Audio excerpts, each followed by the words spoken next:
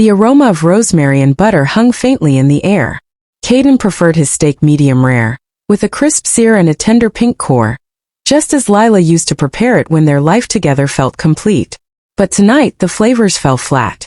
He sat at the dinner table, watching her cut her steak with precise, almost mechanical movements. She didn't glance up when he asked about her day, offering only a slight nod and a fleeting smile, her eyes elsewhere. It wasn't the quiet that unsettled him. It was her absence, even while she sat across from him. For 7 years their home had been a sanctuary of unspoken closeness, the kind others admired. They shared private jokes while sorting laundry, brushed kisses on shoulders in the morning light, and resolved arguments with embraces that softened under a blanket of reconciliation. But now Lila's phone was always face up, her laughter shallow, like it belonged to someone passing through. She dressed more carefully for her evening yoga sessions, her scent different, sharper, unfamiliar. Caden knew every iteration of her, and this one didn't belong to him. "You're quiet," he said gently, swirling his wine. Lila's eyes met his briefly, steady but distant. "So are you," she replied. Caden set his fork down. "Is there something we should talk about?" Her expression shifted, as if she'd been holding her breath for this moment. "I've been thinking," she began, her voice even rehearsed. "I need you to listen fully without interrupting. Can you do that?" He nodded, his chest tightening. "I've been feeling empty," she said. "Not because of you but because of me. I've been wondering if we should explore connections with other people." Caden's breath caught. Lila continued, unflinching. "Emotionally, physically. Not to replace what we have but to grow, to experience more than the limits we've set. I want more from life for myself." His hand stilled. "You're asking to open our marriage." "I'm asking to open myself," she corrected. "And I want you to join me." The words landed like a blow. She saw this as a chance to evolve. Caden leaned back, staring at the woman he'd built a life with. "Is there someone else?" "No," she said too fast. "This is about possibility, not someone specific." His mind raced with images, her smiling at a stranger, her phone glowing with hidden messages, her body pressed against someone new. "You want to be with other people," he said, voice low. Lila didn't flinch. "I want the freedom to explore, ethically, not carelessly." That word, ethically, stung as if her actions could be noble with the right label. Caden pushed his chair back. "So what am I? Your anchor? Your pet while you chase whatever's next?" "Don't say that," she whispered. "I love you. That hasn't changed." He stared, breathless. "But everything else has." That night they lay in bed, inches apart but worlds away. Caden stared at the ceiling, her soft breathing beside him foreign, like a stranger had slipped into his grief. He didn't ask again about another person. He already felt the truth. Lila began sleeping on the couch, claiming it was to give him space. She wasn't unkind. She still brewed his coffee, left small notes, but it felt hollow, like obligation dressed as care. Caden noticed more. A text from someone named Ren, her sudden habit of journaling, new lingerie still tagged in her drawer. She called it self-discovery. To him it was a quiet exit. He confided in no one, not even his closest friend Julian, who'd have urged him to leave. Instead he started tracking everything: dates, words, passwords, backups. If she was dismantling their life, he'd learn to navigate the ruins. One Thursday at midnight, Caden wandered the fluorescent aisles of a 24-hour grocery store. Hands empty, sleep impossible. His phone buzzed. Another working late text from Lila, the third that week. He stared at the screen, then typed, "Okay, stay safe." It wasn't bitterness. He still cared. But the woman who came home each night wasn't the one he'd vowed to love. She still kissed his cheek, dropped her keys in the bowl, asked about his day, but then she'd shower immediately, her laptop glowing late into the night, its hum louder than her presence. 2 nights later she left again, saying she was meeting Ren at a downtown bar. Ren, that name paired with the leaf emoji, felt like a symbol of decay. Caden waited until her car pulled away, then followed. He wasn't proud, but the uncertainty was suffocating.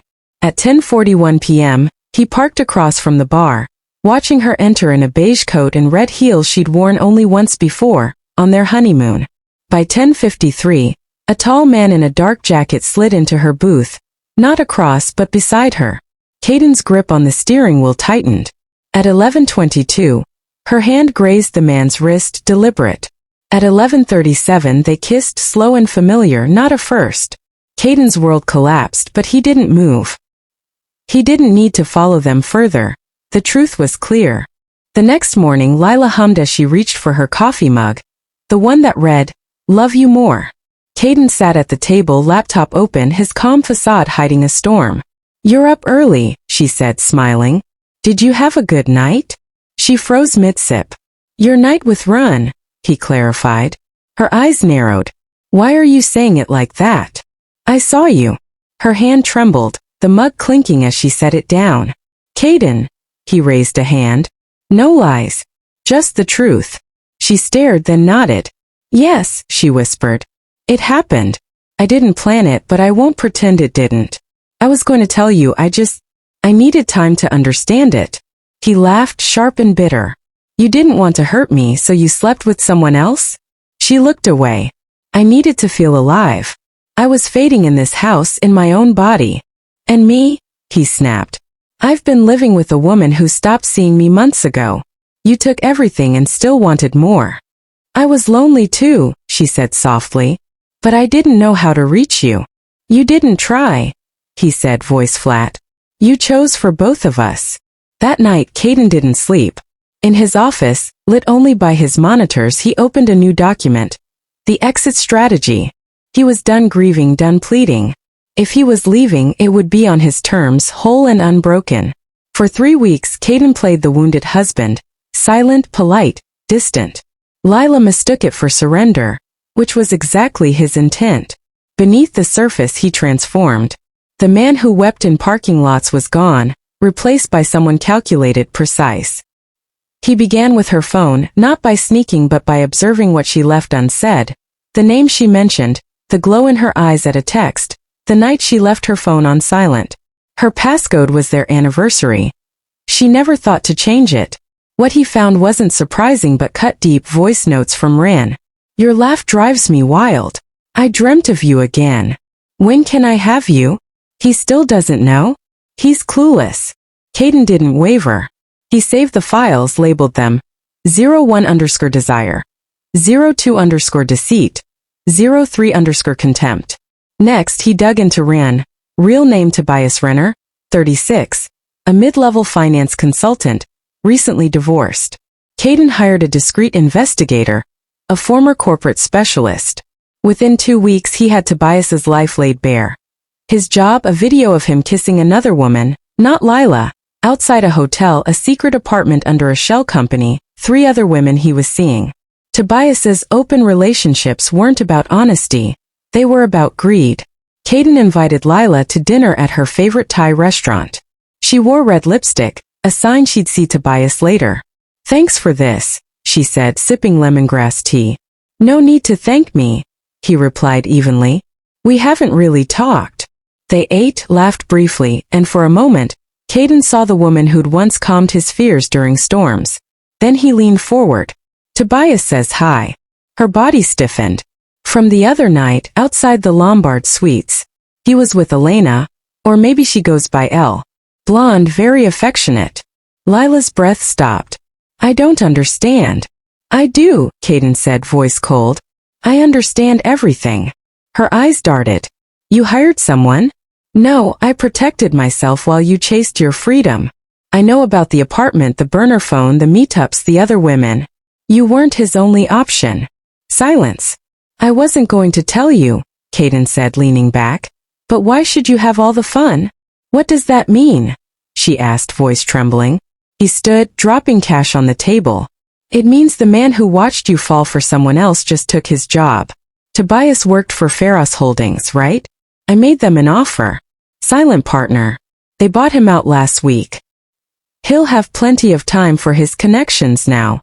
Her eyes widened, but he was already walking away. That night, Lila didn't come home, likely verifying his words. Caden didn't wait up. He poured a drink, stood on the balcony, and watched the city glow. He wasn't finished. Retribution wasn't loud. It was deliberate, patient, precise. Over the next 2 weeks, Lila unraveled slowly. Caden withdrew, not with anger but with absence. He stopped asking where she went, stopped engaging her tentative outreach. He became a ghost in their home, emotionally untouchable. That terrified her more than any fight. She'd expected him to chase her, to fight for her. But his silence was deafening. The cracks spread to her work. On a rainy Tuesday, HR called her in. Photos had surfaced online, not explicit but damning. Instagram stories from Tobias's other lover, the blonde, with captions like, "When you learn you're not his only ethical fling, #healing, #open wounds." One tagged Lila, laughing with Tobias in a cafe. A comment, "This your girl too at Renner?" Her company's conservative board didn't tolerate drama. "We'll need to review your contract," the HR director said. By Friday, Lila was let go. No severance, no projects, her reputation stained.